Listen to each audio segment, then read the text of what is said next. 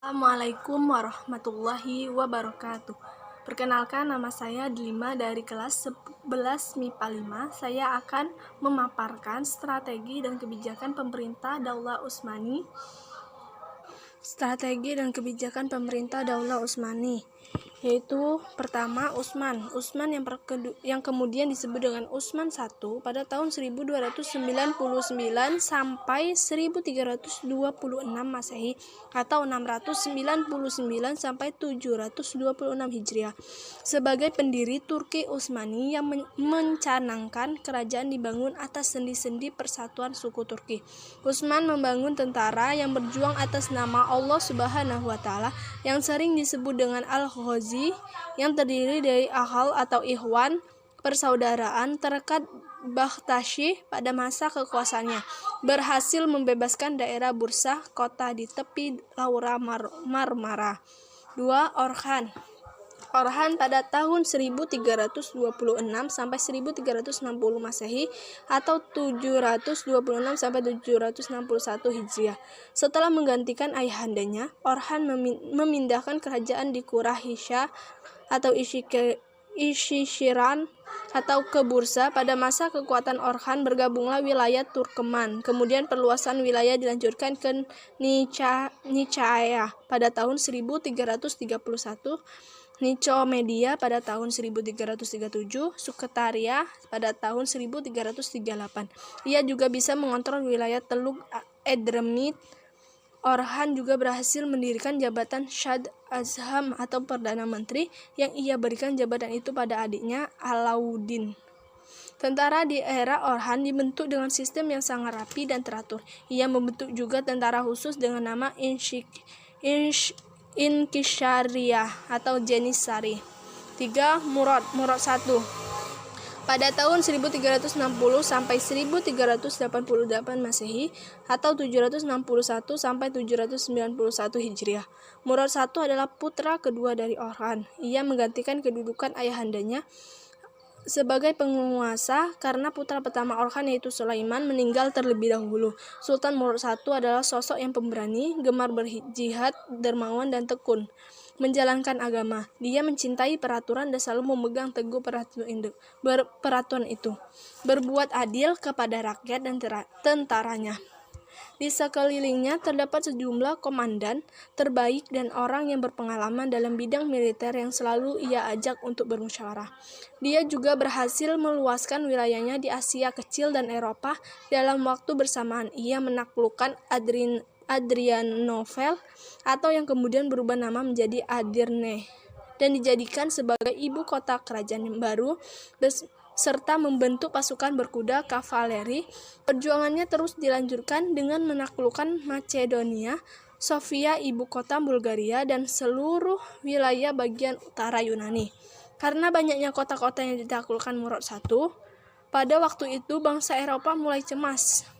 Akhirnya, raja-raja Kristen Balkan meminta restu Paus Urbanus V untuk mengusir kaum muslimin dari daratan Eropa. Murad I menghadapi serangan Eropa. Pertama, serangan dari Raja Kurok V dari Serbia dibantu Raja Bosnia bermaksud menyerang Adrianople. Peperangan itu dimenangkan oleh pasukan Murad I sehingga Balkan jatuh ke tangan umat Islam. Selanjutnya, Murad I merayap terus menguasai Eropa Timur seperti Somakov, Sofia, Monatsir, dan Saloniki.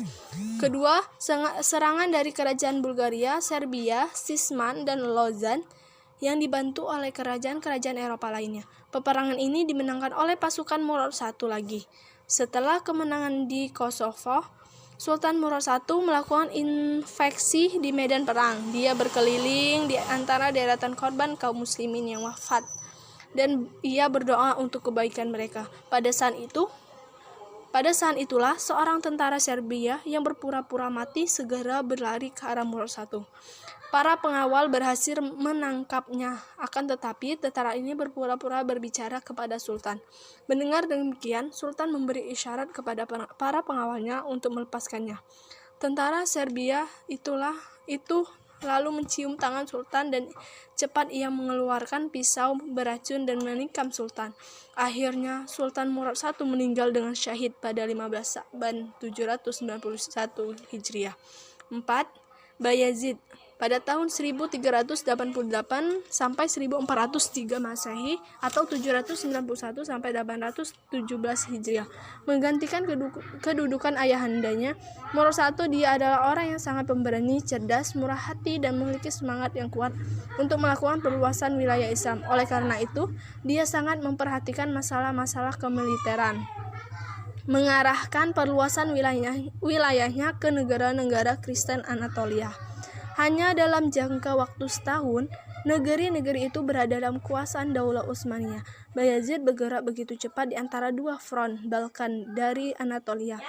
Oleh karena itu, dia diberi gelar Yıldırım atau kilat. Bayazid sangat besar pengaruhnya, sehingga mencemaskan Faust. Kemudian Faust Bonifacius mengadakan penyerangan terhadap pasukan Bayazid, dan peperangan inilah yang menyebabkan terjadinya Perang Salib. Atas keberhasilannya itu, Bayazid berkeinginan mengambil alih Konstantinopel dan menjadikannya target utama dalam perluasan wilayah berikutnya.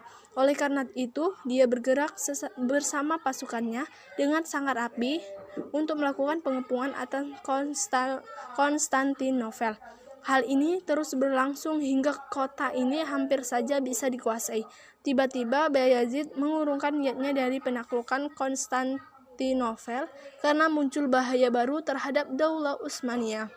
Bahaya baru itu adalah adanya serangan dari tentara Mongol dan dipimpin oleh Timur Lenk.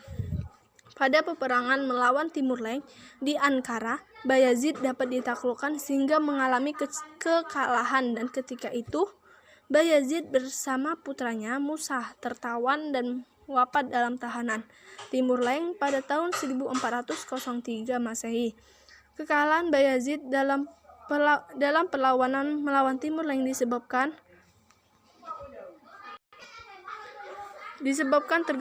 Baiklah, itu saja sedikit paparan tentang strategi dan kebijakan pemerintah Daulah Utsmaniyah. Kurang dan lebihnya saya mohon maaf. Wassalamualaikum warahmatullahi wabarakatuh.